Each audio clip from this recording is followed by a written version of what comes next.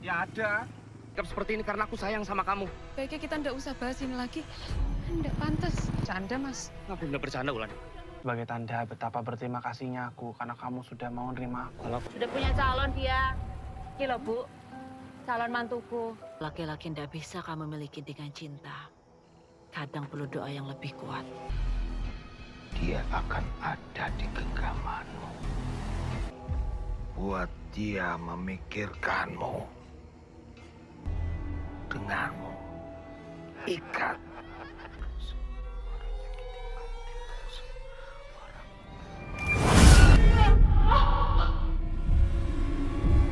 Kalian semua.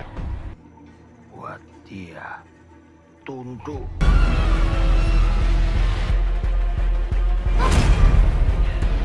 Jiwanya, maka selamanya.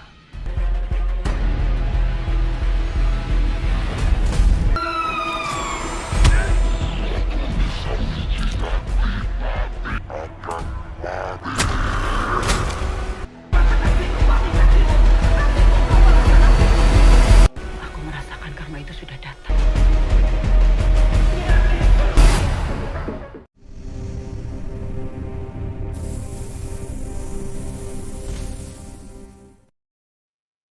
Mengisahkan awal mula kehancuran psikologi Jai akibat cinta bertepuk sebelah tangan. Bau amis darah dan lalat berdengung konstan menjadi makanan sehari-hari bagi Jai. Sebagai seorang pemuda miskin yang bekerja sebagai penjaga ayam di pasar kumuh, hidupnya berjalan monoton dan tanpa harapan. Namun di tengah pekatnya aroma anjir pasar, ada satu-satunya alasan yang membuat Jai bertahan. Kehadiran Wulan. Wulan adalah anak gadis dari pemilik toko emas terpandang di area pasar tersebut. Berbeda dengan orang kaya lain yang memandang rendah profesi Jai, Wulan selalu memperlakukan dengan sangat ramah dan lembut tiap kali mereka berpapasan. Kebaikan kecil yang tulus itu disalahartikan oleh Jai. Di dalam kepala Jai yang kesepian, keramahan Wulan bertumbuh menjadi delusi obsesif yang liar. Jai merasa meyakini bahwa mereka berdua ditakdirkan untuk bersama, mengabaikan jurang status sosial yang terbentang lebar di antara mereka berdua. Setiap hari, Jai sengaja memperhatikan gerak-gerik Wulan dari kejauhan. Rasa sukanya berubah menjadi kepemilikan mental yang tidak sehat. Dia merasa cemburu melihat laki-laki lain mendekati Wulan. Puncaknya, pada delusi Jai hancur berkeping-keping ketika sebuah kabar buruk menyebar di penjuru pasar. Wulan secara resmi mengumumkan pertunangannya dengan Damar, seorang pria tampan, berpendidikan tinggi, dan berasal dari keluarga kaya raya di kota. Kabar itu bagaikan petir siang bolong bagi Jai. Dunia fantasi yang dibangunnya selama bertahun-tahun runtuh seketika itu juga. Menyisakan rasa perih yang teramat sangat panjang. Ego Jai terluka hebat, kecewa, cemburu, dan merasa terhina oleh kenyataan sosial yang kejam membuat akal sehatnya mengering. Penolakan yang tak langsung ini memicu titik balik psikologi yang gelap di dalam dirinya. Alih-alih mundur secara realistis, keputusannya justru mendorong Jai ke arah yang sangat ekstrim. Ketika cinta dan usahanya tidak lagi mampu menjangkau Wulan, Jai mulai memikirkan jalan pintas yang sangat berbahaya. Berbekal bisikan dari desa-desuk klinik yang beredar di kalangan pedagang pasar, Jai bernekat membulatkan tekadnya. Ia memutuskan untuk melangkah keluar dari batas normal manusia dan mencari bantuan supranatural guna kembali apa yang ia yakini sebagai hak miliknya. Malam itu, setelah pasar tutup dan menyisakan bau anjir yang mengendap, Jai melangkah menembus kegelapan menuju pinggiran hutan sedekat. Langkah kakinya terasa berat namun mantap, didorong oleh sisa-sisa rasa sakit hati yang membakar dagingnya. Di ujung jalan setapak yang ditumbuhi ilalang tinggi, berdirilah gubuk reot milik Mbah Bondo. Sang dukun ilmu hitam. Suara jangkrik mendadak senyap saat Jai mengetuk pintu kayu yang lapuk, siap mengadaikan jiwanya demi cinta yang semu. Pintu gubuk reot itu berdiri terbuka, menyemburkan bau kemenyan yang menyengat hidung. Mbah Gondong dengan mata kirinya yang buta dan keruh menatap Jai tanpa kejutan. Seolah-olah sang dukun telah meramalkan kedatangan pemuda yang jiwanya telah dikosongkan oleh obsesi tersebut. Kau yakin menempuh jalan ini, Tole? Ajian pemikat jiwa bukan pelet sembarangan. Sekali jiwanya terpikat, kau tidak hanya mengikat hatinya, tapi juga mengundang sesuatu yang lapar untuk bersarang di tubuhnya. Itulah ucapan Mbah Gondo. Suaranya menembus keheningan malam Jumat Kliwon. Jai tidak peduli. Rasa perih melihat Wulan bersanding dengan Damar telah memantikan akal sehatnya. Siap, Bah. Saya siap membayar apapun harganya. Asalkan Wulan menjadi milik saya. Mbah Gondo menyeringai. Memperlihatkan deretan gigi yang menghitam, ia pun mengisyaratkan Jai untuk mengeluarkan barang-barang yang dibawa di dalam tas kainnya. Satu persatu syarat diletakkan di atas altar kayu yang dikelilingi oleh lilin merah, selendang sutra hijau milik Wulan yang dicuri Jai dari jemuran. Segenggam tanah basah yang digali dari kuburan seorang wanita yang mati gantung diri dan seekor ayam jantan hitam yang terus meronta-ronta. Ritual berdarah itu pun dimulai. Mbah Gondo mulai merampalkan mantra dalam bahasa Jawa kuno yang terdengar seperti desiran ular. Udara di malam itu dalam ruangan mendadak menjadi sangat dingin hingga hembusan nafas Jaya berwujud uap. Di bawah instruksi sang dukun, Jaya mencengkram leher ayam jantan itu, lalu menyembelihnya dengan pisau jegal yang biasa ia gunakan di pasar. Darah segar yang hangat menyembur membasahi selendang Wulan dan tanah kuburan di atas nampan kuning. Sekarang minum darah yang tersisa di pisaumu, lalu bakar selendang itu. Perintah Mbah Gondo, matanya mendadak melotot tajam. Jai menelan ludah, melawan rasa mualnya dan menjilat sisa darah di pilau pisahnya.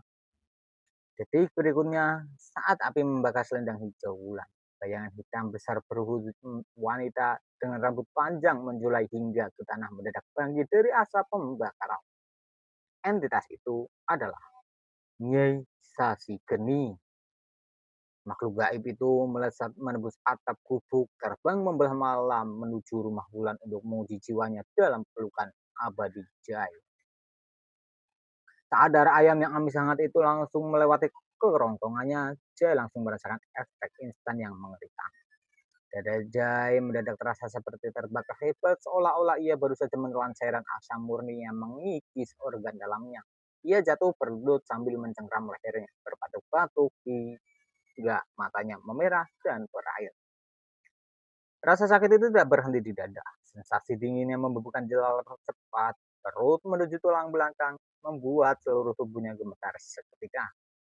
Di dalam kepalanya terdengar gema tawa melengking seorang wanita yang membuat telinganya berdenging memicu sakit kepala luar biasa itu. Saat ia melihat ke bawah, pembuluh darahnya sepanjang lengannya menghitam dan menonjol ke permukaan kulit, seolah ada sesuatu yang hidup dan merayap di dalam aliran darahnya. Jai terdesak dan memuntahkan cairan hitam kental, namun Mbah Gondo justru tertawa, menandakan bahwa kutukannya Sasigeni telah menyatu dengan raga Jai. Pada keesokan harinya, Jai terbangun di lantai gubuk dengan tubuh yang terasa keremuk dan sisa rasa anyir di pangkal lidah. Sambil membunyikan lengan kirinya yang bergaris hitam di balik lengan baju panjang, ia memaksakan diri pergi ke pasar. Kepalanya masih berdenging, namun semua rasa sakit itu menguap begitu ia melihat sosok Wulan berjalan mendekat ke arah lapak jagal ayam miliknya. Wulan datang bukan untuk sekedar menyapa. Pandangan matanya yang biasa teduh kini tampak kosong, namun terkunci rapat pada figur Jai. Di depan para pedagang pasar yang terperangah, Wulan menggenggam tangan Jai yang kasar dan berlumur darah ayam dengan suara datar yang terkesan dipaksakan. Wulan menyatakan bahwa ia telah membatalkan pertunangannya dengan Damar karena ia hanya mencintai Jai. Kabar itu seketika gempar, memicu gonjang-ganjing pasar, kepanasan kemarahan besar dari keluarga Wulan. Namun kemenangan instan ini perlahan berubah menjadi mimpi buruk bagi Jai. Cinta yang ditunjukkan Wulan terasa tidak alami dan obsesif. Wulan menolak pulang ke rumahnya dan memilih terus membuntuti Jai kemanapun dia pergi. Menatap Jai berkedip selama berjam-jam. Ngerinya lagi. Perubahan fisik Wulan merosot drastis hanya dalam hitungan hari. Kulit Wulan yang tadinya bersih merona berubah menjadi pucat pasi mirip mayang. Dan kantung mata menghitam kelam. Puncaknya terjadi pada suatu tengah malam di dalam kontrakan sempit Jai. Jai terbangun karena mendengar suara decapan aneh dari arah dapur. Saat memeriksa dengan lampu templok, jantung Jai seakan berhenti. Di sudut ruangan yang gelap, Wulan sedang berjongkok membelakangi Jai. Maunya daging ayam mentah sisa jualan Jai dengan lahap. Sambil sesekali terdengar desisan tawa asing yang persis seperti suara wanita di dalam kepala Jai saat ritual malam itu. Penolakan damar di pasar memicu kemarahan entitas yang bersemayam di dalam tubuh Wulan. Malamnya, teror Nyi Sasigen benar-benar dimulai. Damar yang sedang berkendara pulang di jalan sepi pinggir kota tiba-tiba mendekati kabut tebal yang dingin menyelimuti mobilnya. Lewat kaca spion, ia melihat sosok wanita berambut panjang dengan wajah hancur setelah sesudah duduk di bangku belakang, menatapnya dengan seringai mengerikan. Mobil damar hilang kendali dan menabrak pohon besar membuatnya terluka parah. Teror tidak berhenti di situ saja.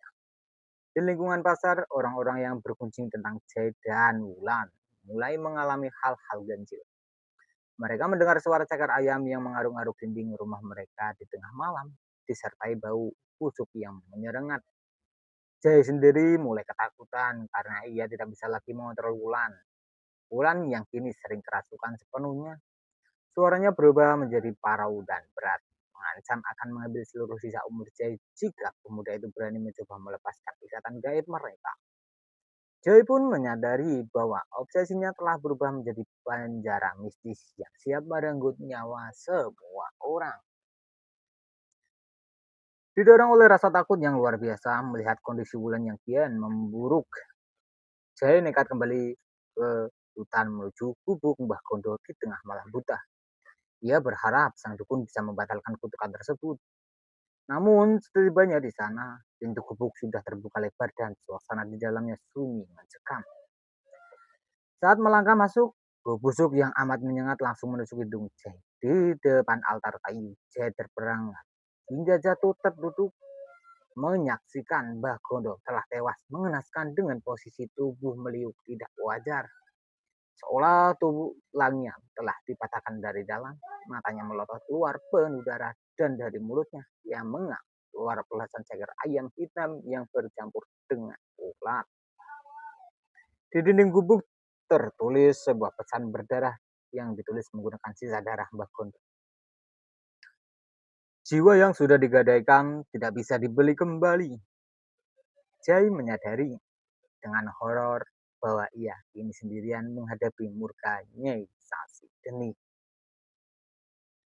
Jai beralih kembali ke rumah kontrakannya dengan napas memburu dan air mata penyesalan yang sia-sia. Namun di dalam ruang sempit itu, Damar ternyata sudah menunggu bersama beberapa warga dan seorang pemuka agama. Damar yang masih diperban akibat kecelakaan menatap Jai dengan pandangan penuh amarah sekaligus kengerian.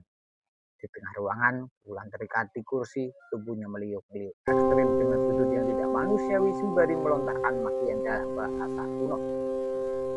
Buka ikatannya, dia milikku, teriak Wulan. Namun suaranya yang keluar adalah gemak parau Nyai Sasigeni yang menggetarkan kaca jendela. Pemuka agama mulai merapalkan ayat-ayat suci yang mengusir entitas tersebut. Ruangan mendadak dihantam angin kencang misterius dan lampu teplok mati seketika dalam kegelapan. Nyai Sasigeni mengamuk hebat. Wulan berhasil memutus tali pengikatnya, lalu menerjang Damar hingga terlemparlah ke dinding. Sadar bahwa dia akar dari segala petaka ini, Jai maju menghadang Wulan. Ia mencengkram tangan Wulan yang dingin seperti es, membiarkan pembuluh darah hitam yang lengannya sendiri berdenit membakar kulitnya. Nyai, ambil jiwaku, jangan ragu Wulan, jerit Jai dalam keputusasaan yang mendalam. Mendengar tawaran itu, Sosok bayangan hitam besarnya segini perlahan keluar dari mulut Wulan, lalu melesat masuk mencengkeram dada Jai. Jai mengerang kesakitan luar biasa. Saat seluruh energi kehidupannya diisap paksa, tubuh Jai ambruk, mengering, menghitam di lantai dalam hitungan detik. Bersamaan dengan kematian Jai, Wulan jatuh pingsan namun perlahan kembali bernapas dengan normal. Teror pemikat jiwa berakhir tragis, menyisakan raga yang tak bernyawa sebagai bayaran atas obsesi buta yang menantang takdir gaib. Tamat. Pesan moral utama dari kisah pemikat jiwa adalah bahaya obsesi buta. Cinta yang dipaksakan melalui jalan pintas seperti ilmu hitam atau pelet bukanlah cinta sejati, melainkan bentuk egoisme ego yang merusak diri sendiri dan orang yang dicintai.